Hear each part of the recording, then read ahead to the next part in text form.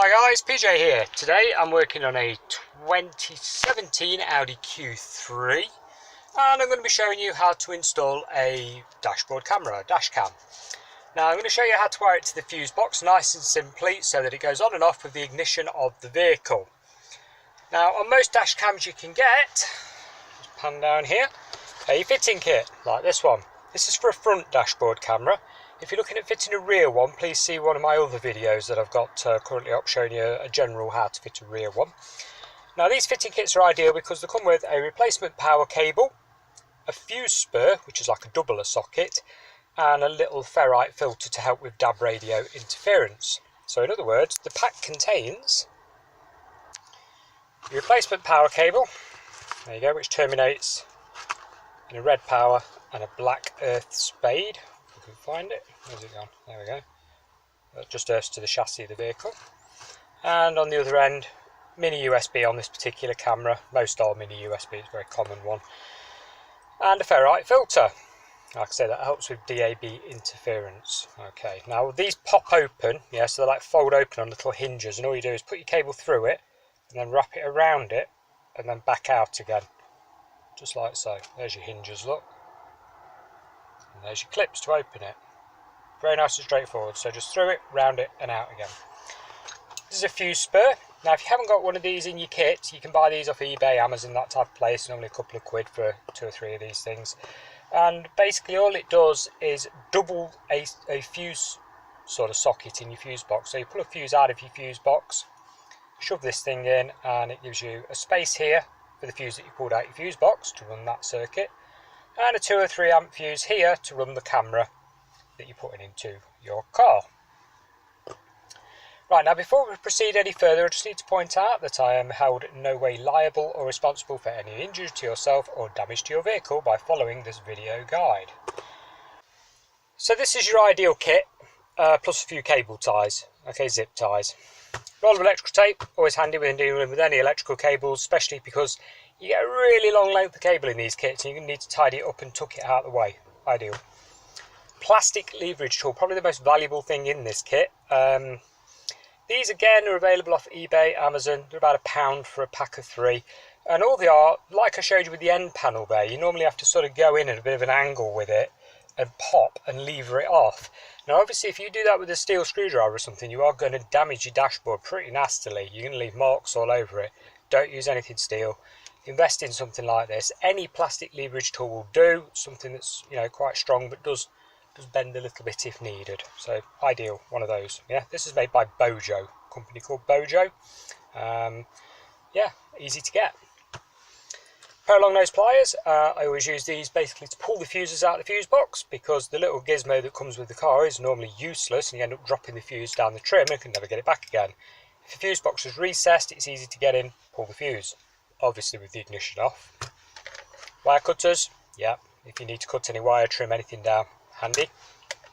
Last of all, either a multimeter like this one, or one of those little screwdrivers with a little light bulb in the end. So when you touch a powered item, it will illuminate to show you that it is powered. Right, moving on to the cable itself. Now this is your power cable that I just showed you earlier, and this is a little tip. You may want to do this, you may want to not do this, I don't know. What I do is wrap a cable tie around them after sort of measuring it out across the roof, yeah, and then cover your cable tie in electrical tape. The reason I do this is to pad the cable out a bit. In other words, if you're driving along and you hit a big pothole, you do not want the power cable sort of falling down from your roof lining in front of everybody's view. If you pad it out like this, it just beefs it up a bit so it stays put. You know, the last thing you want is it falling down in front of you. The reason I put electrical tape around them is because if you ever cut a cable tie off, you know that the end can be very, very sharp. Yeah? There, look. Now you don't want that rubbing through your roof lining, because your roof lining is made of like a fibre substance, so we don't want it wearing it over a period of time. Next up, we're going to finish covering these in tape, get the centre one and put it in above the headlining. So your Audi headlining, like I was saying, is made of a fibre. You can normally just get your finger edges underneath and flex it enough to pop the cable up, yeah? Don't go at it like a bull in a china shop, because it is quite fragile. You don't want to crease it, rip it, etc. We are looking for a factory fitted finish. So just tuck the cable under, like I say, all these little bumpy bits that we've put can just nicely fit up and under, like so. So we're leaving sort of a couple of inches of cable there, as far over as we can. So it sits nicely. There's the mirror, yeah. So mirror, edge, camera right at the edge here. You need it out of the wiper sweep ideally, so it's not in your wiper sweep, because obviously that is A, an MOT failure in England, and B, the police would also ask you to shift it if it was somewhere else. So, a bit like if you've got an air freshener dangling from your mirror, that will fail its MOT as well. Daft, but there it is. So continue tucking this up, go all the way along to the edge here, and to this corner here, and then what we're going to do is get our fingers and just pull that away, so it's got a little gap, and tuck your cable down there. Now, most of the airbags on these start here, yeah? So you can put it up above the airbag out of the way. I mean, don't get me wrong, if an airbag deploys, it will soon move a bit of wire out of the way. I've test deployed them numerous times, and a bit of wire isn't going to stop it. Certainly a huge plastic trim here doesn't stop it from going off, so, you know, not too worried. If you are particularly worried about it and, you know, nervous about it, and you do want to faff around with it, pop this cover off. Basically, you pop a little plastic leverage tool under it, pop the cover off. Underneath it's a 10mm nut or a 20 or 25mm Torx bolt, depending what it's fitted with. Unscrew it, take it out. This whole cover comes forward, which I may well do on this one if it's got the high airbags, because some have a curtain airbag that goes all the way up. In fact, we'll have a look and then we can show you the cover off. Okay, so we pop the little plastic cover off. This was a TX25 on this particular one that holds it up. And like I mentioned to you, this particular one, this model, has got the curtain airbag that goes all the way up. Now this is an S-line model, they do vary, like I say, some of them only have the airbags that come to here. You won't know until you've had a quick peek behind it. This is your airbag right here. There's your power cable, we've tucked it down and right behind the airbag, like so. Yeah, behind it, there look. Don't worry, your airbag's not going to go off. I mean, it takes quite a whack on a sensor to set them off.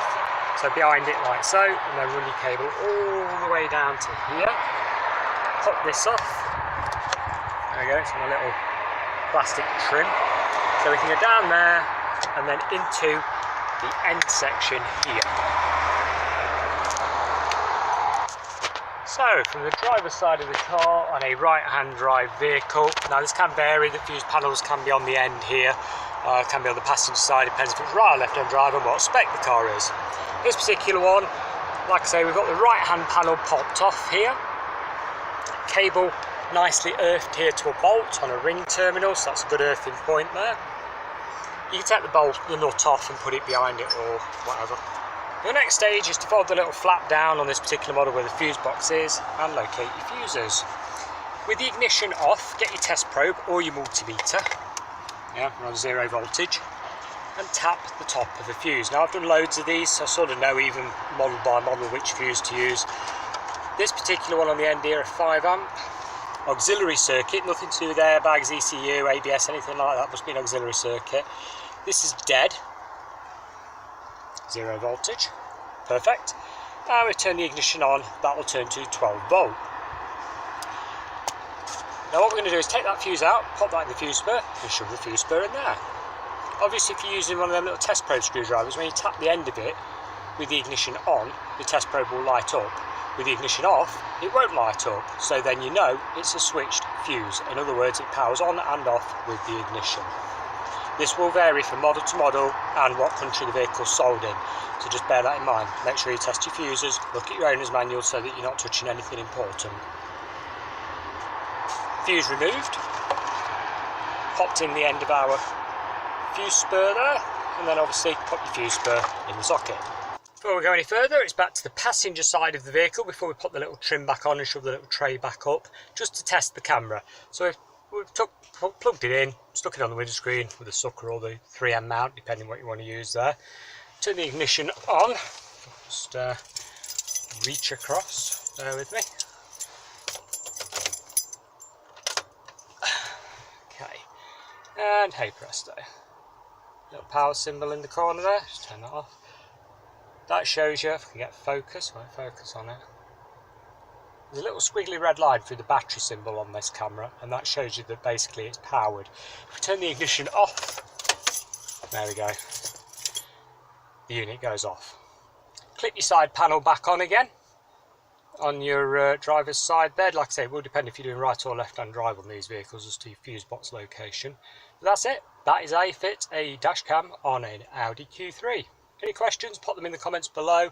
I'll do my best to get back to you as soon as possible. It can be a day or two because I do get inundated with questions every day. Thanks a lot for watching, and goodbye for now.